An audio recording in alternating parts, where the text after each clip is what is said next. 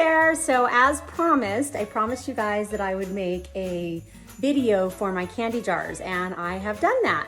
So I wanted to share this with you. Make sure you watch, subscribe, hit the bell notification, and let's get making these candy jars. Take your cleaned out candle jar, completely clean. I have a video on how to get the wax out of them and clean them. And then I took Sea Glass spray paint from Krylon. I got this at Walmart, and you spray this onto the candle jar, and then it makes like a coating to make it kind of foggy. You want to let that dry completely, and there is what it looks like when it's completely dry. So it's just kind of that foggy look. It gives it a really nice look and hides any imperfections of anything. Then I painted the lids, as you can see, and a candlestick holder from Dollar Tree. I chose a chalk paint. I'm not sure what color this one was, but I wanted something blue to kind of do like the Frozen type theme.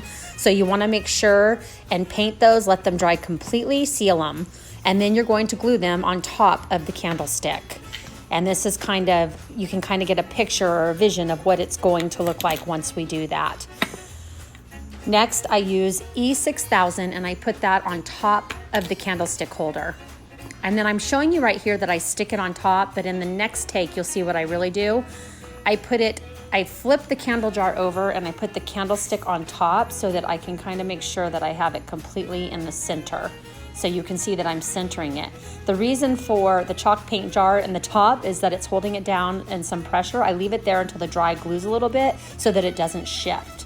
Once it is a little bit dry, I flip it over, and then I put the bottle of paint inside, just something heavy that you can put inside so that it dries completely.